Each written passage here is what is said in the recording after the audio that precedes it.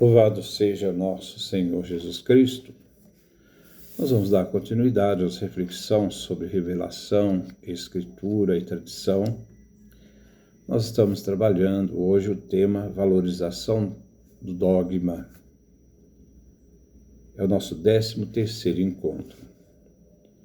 As reflexões que fizemos sobre as tradições do Antigo e Novo Testamento apelam para uma análise do que nela se encontra de importância dogmática, aquilo que se deve crer, fundamento da fé. Importância dogmática não significa aqui que o conteúdo da tradição se subordine e se ordene sistematicamente à fé. A expressão pretende antes salientar os aspectos principais. Então, dogma é aquela que realça os aspectos principais, daí resultem para o desenvolvimento sistemático dogmático, para dar fundamento à teologia. Este é o primeiro problema. A ele se prende um outro. Que importância tem a tradição antigamente ocorrida em vista do estado de desenvolvimento atual da reflexão do dogma?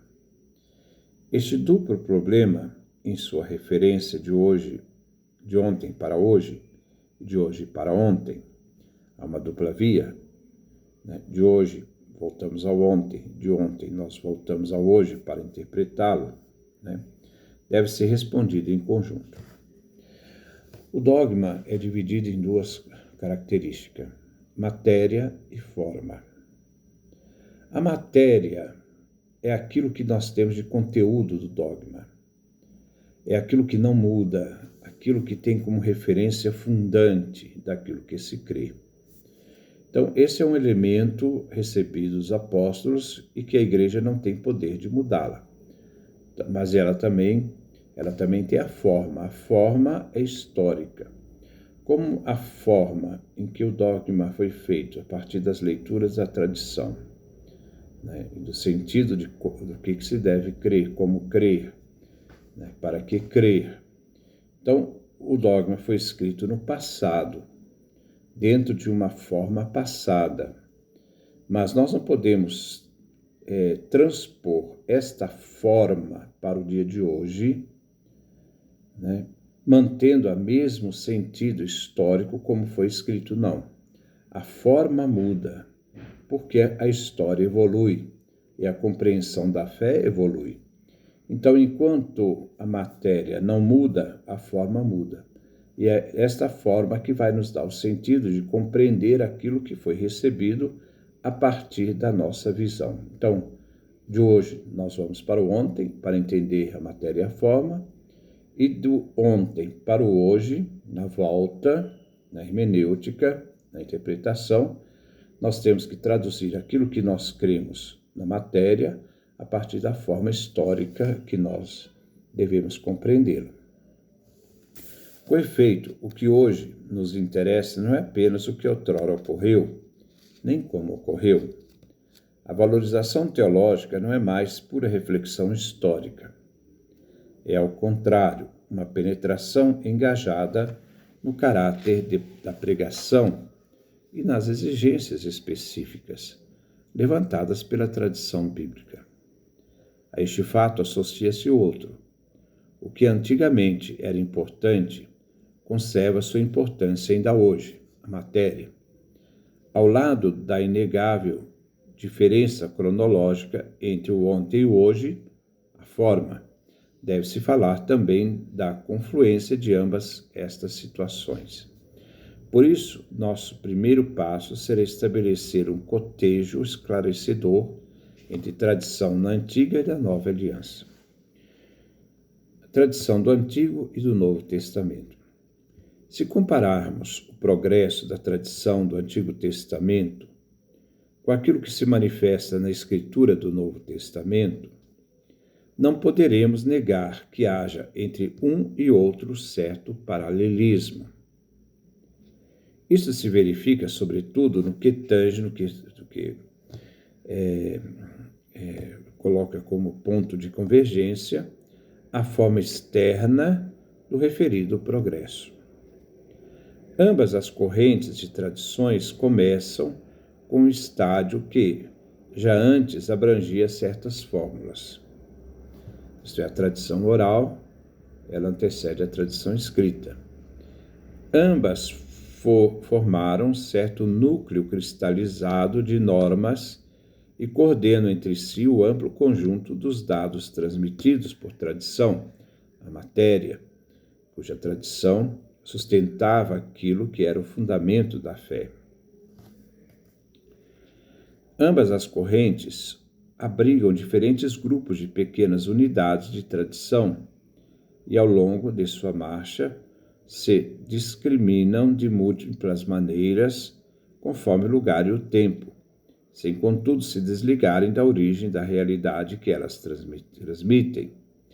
Então, as tradições, elas vieram de pequenos grupos de tradições orais, que depois foram recolhidas para formar esta unidade. Então, houve uma margem de tempo, houve um tempo, mas hoje também um local onde elas foram construídas e onde elas foram lidas. Então, se deve levar em consideração esses elementos.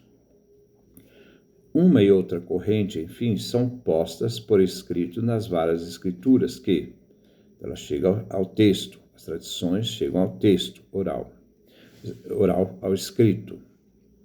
Então, voltemos, né? Ambas as correntes abrigam diferentes grupos de pequenas unidades de tradição e, ao longo da sua marcha, se discriminam de múltiplas maneiras, conforme o lugar e o tempo, sem, contudo, se desligarem da origem ou da realidade que elas transmitem. Uma e outra corrente, enfim, são postas por escrito nas várias escrituras que mais tarde estarão reunidas e canonizadas. Então, elas vão ser reunidas para formar o grupo e depois elas vão ser vão colocar no cânon, no sentido de ver que aquilo é uma norma daquilo que se deve crer, daquilo que foi escrito, daquilo que se deve crer. A compreensão de tais escritos, bem como a de seu background, né, sua visão que vai do ontem para o hoje, ou da compreensão da realidade, onde ela foi escrita, no seu contexto, será sempre transmitida àqueles que vêm depois. Ao cabo do progresso das mesmas, encontramos em ambos os casos certas confirmações daquilo cuja custódia e interpretação foi confiada a determinados ministérios. Mais importantes ainda são as diferenças existentes entre as duas referidas correntes de tradição, o Antigo e o Novo Testamento. Prende-se elas ao aspecto religioso presente nas várias séries de tradições.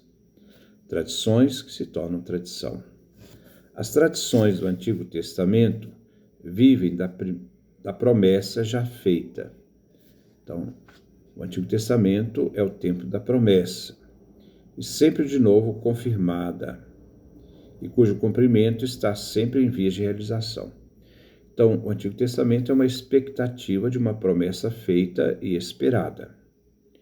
De fato, a aliança do Antigo Testamento vive exatamente da ação salvífica divina.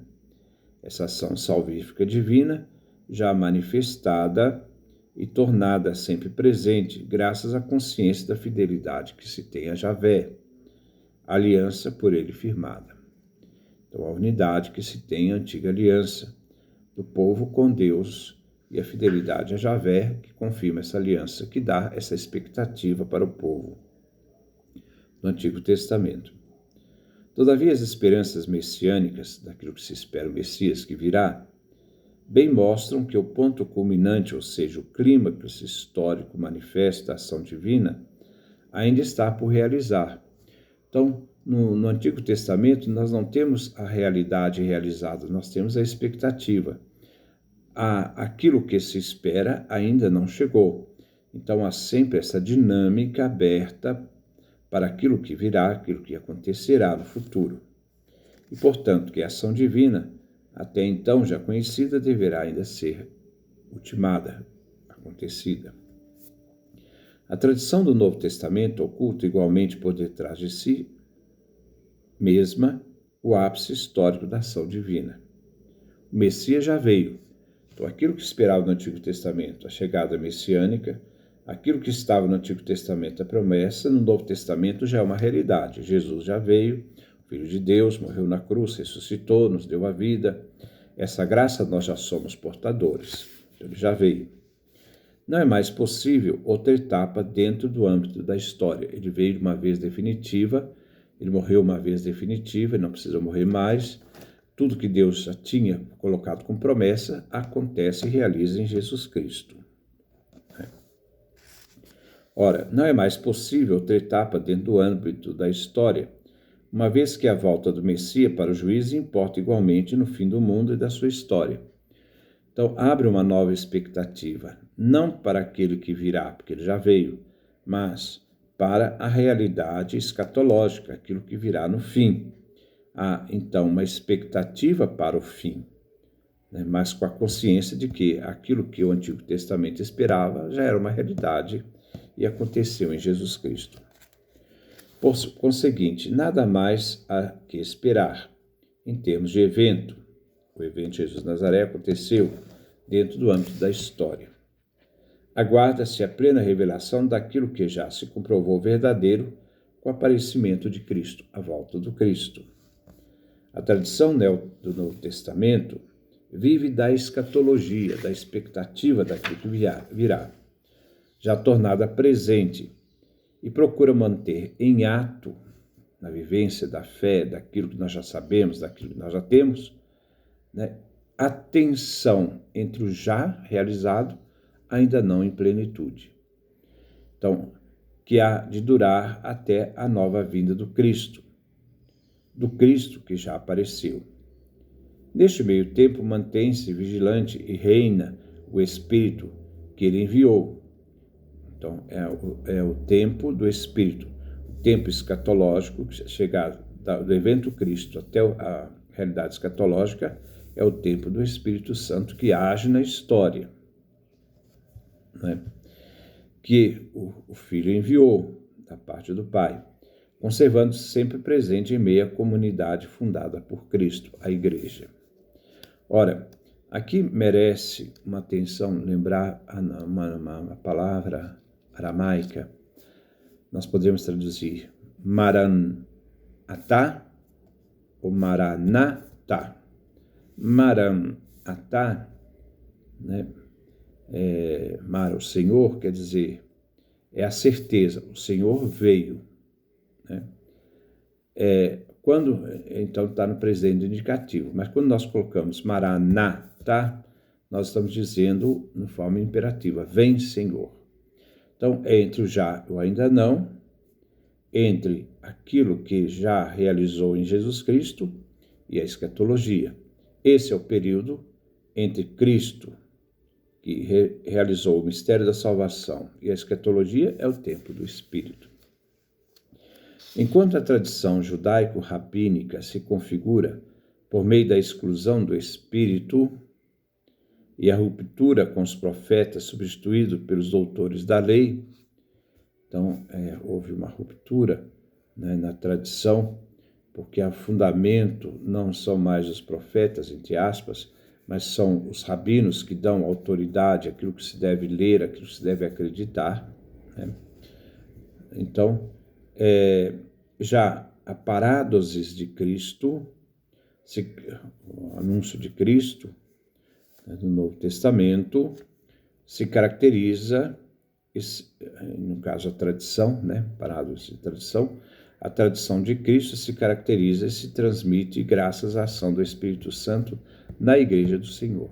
É o Espírito Santo que assiste a Igreja entre a ascensão do Cristo até a vinda do Cristo. É o tempo pneumatológico, é o tempo do Espírito Santo. No início, na base desta tradição, coloca-se os apóstolos, enviados como testemunhas do ressuscitado para transmitir aos outros que virão a mensagem por ele trazida a este mundo. Os apóstolos são transmissores de uma mensagem que não é deles, são transmissores de uma mensagem recebida de Jesus. A fé vem pelo ouvido, pelo anúncio.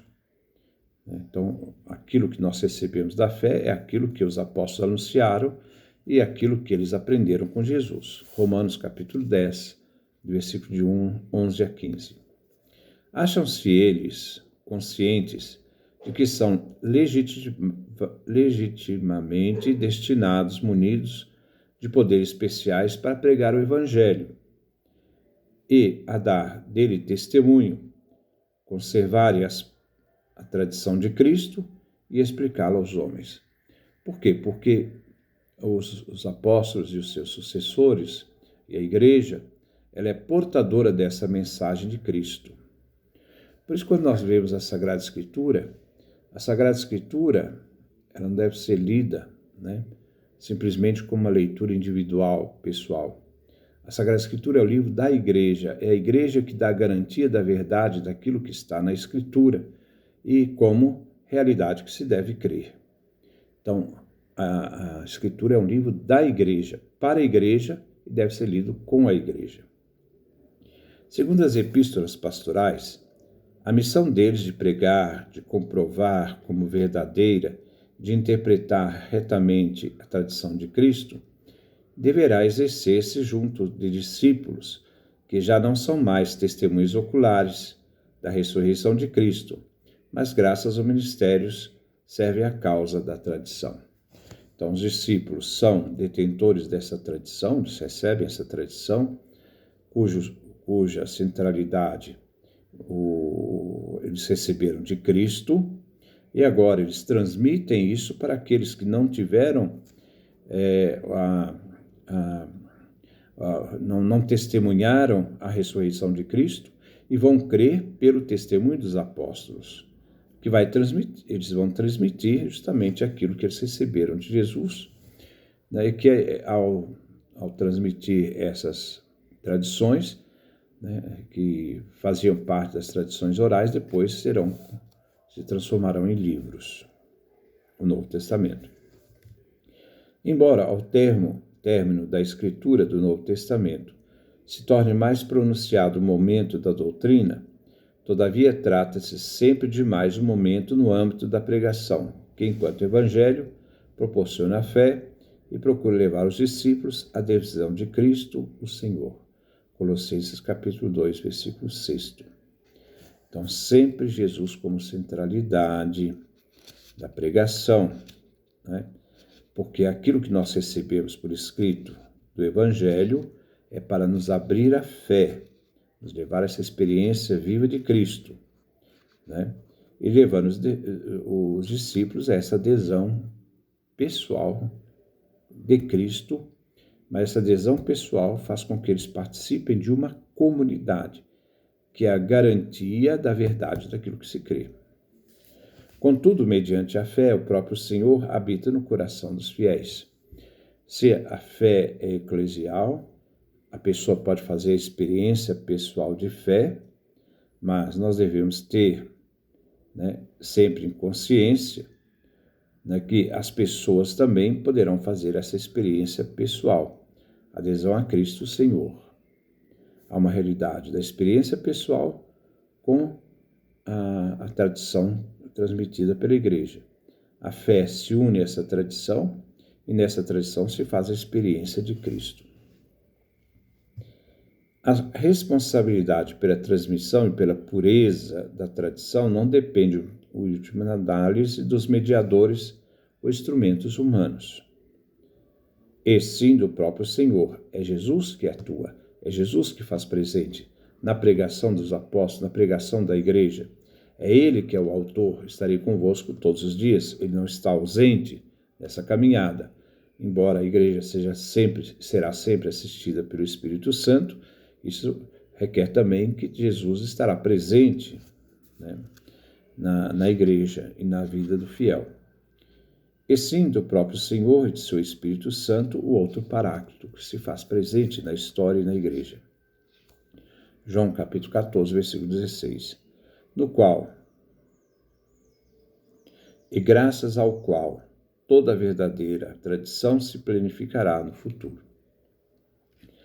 As diferenças entre as duas tradições atingem o seu ápice na pretensão da tradição do Novo Testamento, de alcançar sua primeira plenitude graças à entrega dos dons definitivos e escatológicos e de ser transmitida àqueles que virão depois por meio do Senhor no seu Espírito.